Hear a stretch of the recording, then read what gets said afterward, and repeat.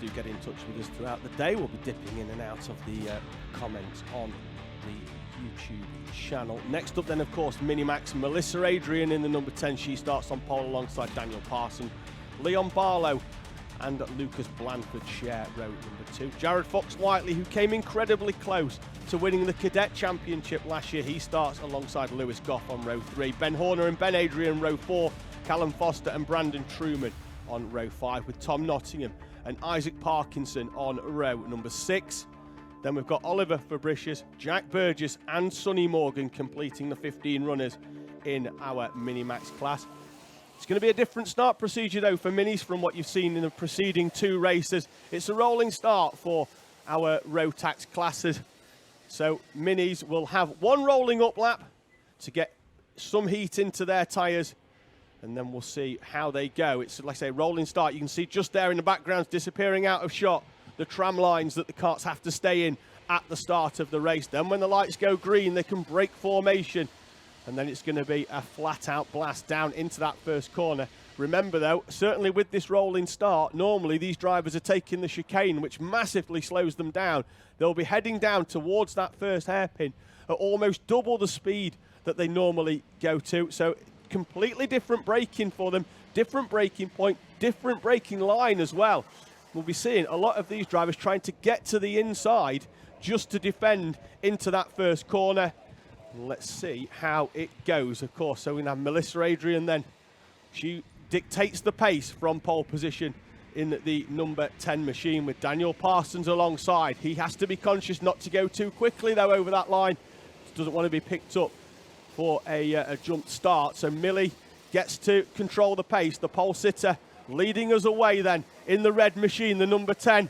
Let's see whether the starter is happy. The green is going. We're away and racing in Minimax, and it looks like Blanford has had a fantastic start from the second row. Lewis Goff as well, as Leon Barlow tries to get down the inside. He gets the nose chopped off by Melissa Adrian, but it's been a fantastic start by Lucas Blanford, and he's already starting to pull away with Lewis Goff behind. And then Melissa Adrian holding on to P3 from Leon Barlow. Looks like everybody's made it round the first half of the lap.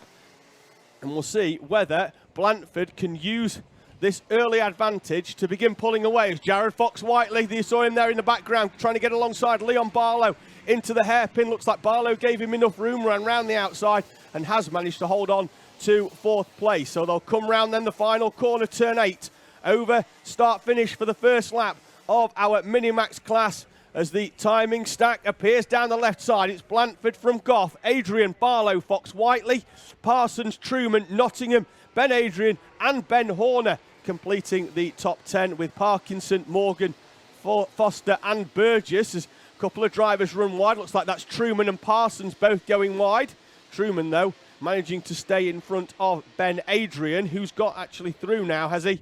With looks like Tom Nottingham has dropped out of P8 as a couple of other runners try and make their way through. Looks like Ben Horner actually has moved up in front of Nottingham, as the sun, for the first time, you can see it glaring off the circuit now, as starters found its way through the clouds and has started to bless this Fulbeck circuit with a little bit of sunshine. The track, most of it has been fairly dry. I was speaking to a few people this morning that they were considering running wets in practice, but it looks like everybody tried the slicks out just to see how it was going to go. We don't plan, hopefully, on having any rain here today at Fulbeck. It's certainly not on the cards, but now I've said that, it's probably going to bucket it down this afternoon. 6 minutes then remaining in this 8-minute race. The first 2 in the bag, plus 1 lap at the end for all of our heats. Then we go to 12 plus 1 beyond that for our finals. As Brandon Truman and Ben Adrian pretty much nose to tail through there. Later on, I'll talk through it now actually, regarding what will be deemed as a front fairing penalty. Is that in all of the classes here today, the nose on the kart, you can see it there on the front, the flat bit that's actually nearest to the ground at the front. If the driver applies too much pressure to that, be it in terms of hitting the driver in front, that pushes the nose in and drops it down ever so slightly, and you may well see later on, more so in the cadets, because they're a little bit slower, so you can see the emphasis a little bit more. They don't bounce over the bumps quite so much, but you'll be able to see the front nose flapping up and down ever so slightly, and that is an indication that they're likely to pick up a penalty for hitting somebody in front. It's normally for hitting a driver. Occasionally you might get one if you put it in the tyre wall, unfortunately, but that does still count as a drop-down penalty. And that adds initially 5 seconds onto the times for our runners.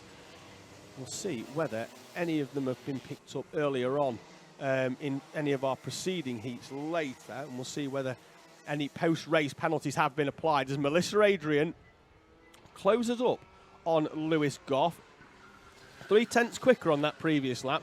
Lucas Blanford, though, out at the front. He's not having to attack nor defend. The only thing he's attacking is the timing, and he is over 1.2 seconds quicker than anybody else as Jared Fox-Whiteley does find a way finally past Leon Barlow. He tried that earlier on in the race down into the turn 4 hairpin. Comes through, has a quick tap of the helmet, which is the best driver's way of saying, please don't overtake me, which normally is a massive invite for them to come back down the inside. And actually, Leon Barlow loses 2 places down there into the turn 4 hairpin as one driver punched the hole down the inside. Everybody else came through as well. Looks like he might have actually wrestled one of them back, because it looked like Ben Adrian was the best part of past previously, as Leon Barlow has to go defensive. He has lost a place, though, to Brandon Truman. It looked like Ben Adrian had got alongside, but then as the circuit then goes back to left, Adrian does come back down the inside as Leon Barlow defends, but I think he defends too late. Still holds firm, though, from Ben Adrian. Those two having quite an intense battle, but that is allowing both Fox-Whiteley and Truman to move away. Behind them, actually number 12 of Ben Horner, running the black background on the novice plates, is starting to come through. There, Ben Adrian does come down the inside, and you see there Horner actually gets alongside. A similar move that Adrian did on the previous lap, but then as the circuit goes back left, it allows Leon Barlow to come back through. So Leon Barlow having a tough race after a tough weekend last weekend at Wilton Mill. I'm sure many of you will have seen pictures of an incident that Leon had where you can't actually see the top half of Leon because he's underneath another cart that flies over the top as Lewis Goff goes very, very wide into the turn 1 hairpin and allows Melissa Adrian to go down the inside. They're side by side. Melissa Adrian should have track position here unless Lewis Goff can keep it and go all the way around the outside on entry. He can't, but he does get a good run on exit, and Melissa Adrian gives him half a cart length and then goes into the corner with not enough, with too much of a gap that she feels that she doesn't need to defend. Lewis Goff has a quick lift of the radiator flap, but now those two overtaking each other has given what was a whole 1 second gap back to Jared Fox-Whiteley and Brandon Truman. That has gone, completely gone, and now we've got 4 carts from second down into 5th, and not too far back actually. We've still got Ben Adrian and Leon Barlow. So the top, with Blanford miles away down the front, nearly 10 seconds, he's disappeared into the distance. We focus on this battle for second place as Lewis Goff has a look over his shoulder and begs Jared Fox-Whiteley to work with him to get past Melissa Adrian once again. And it was Goff's mistake on the previous lap where he left the door open, an invite that Melissa Adrian gladly accepted down into turn 1. On the back of the pack as well, we see Ben Adrian, and they appear to have dropped Leon Barlow, who is going backwards as Lewis Goff gives Melissa Adrian a big hit up the rear into the complex of corners at the bottom end of the circuit. Let's see whether that one brings a penalty on later on at the end of the race. We'll see. It did seem like quite a hit as Melissa Adrian just didn't get on the power as quick as Lewis Goff anticipated. All of our drivers there almost in sequence, bouncing over the curbs, and there now, once again, Goff leaving the door open, this time for Jared Fox-Whiteley. He's come through, and now Lewis Goff gives him a push down the straight as Brandon Truman tries to get alongside, but that is a move there where you do need the driver in front to be incredibly compliant and know that you're coming as well, or they're just going to turn straight in on you into that chicane for chicane 2. Now let's see whether Jared Fox-Whiteley can do what Lewis Goff couldn't, and that's make inroads into Melissa Adrian, because as she's come through, she has been very, very comfortable as Fox-Whiteley actually gets an incredible run out of the final corner. Not enough, though, to get alongside. It is quite a short start-finish straight here into that first chicane at Fulbeck, and you do need to have a really, really good run. Fox-Whiteley then, for the second time in 2 laps, goes down the inside into turn 1 hairpin, and through he comes alongside. It was another late move by Fox-Whiteley, leaving the driver in front with a false sense of security as Lewis Goff goes through the chicane in the background, and he's going to have to wait, but the arm goes up. I get the feeling that wasn't entirely down to Lewis Goff. He may have really had some help there going through, such as the arm was off, and it wasn't an arm that showed frustration at himself. It showed frustration at another driver. It was Brandon Truman that was behind him on that lap, and I couldn't quite see in the background as we focused on Fox Whiteley holding off Melissa Adrian. Last lap board is out already. Lucas Blanford already heading towards the second chicane here, such as his 13-second gap. Now, I'm not saying that he's not 13 seconds quicker than everybody else, but the battle behind has certainly played into his hands in allowing him a trouble-free run out at the head of this pack. Still, though, for second place, Jared Fox Whiteley, who's come through from the third row. There is your leader, Lucas Blanford. A faultless race for him. Hardly any work to do since getting through into the lead other than just keep pumping in the fastest laps. Lucas Blanford puts the marker down for the start of the season by taking a convincing victory in the opening race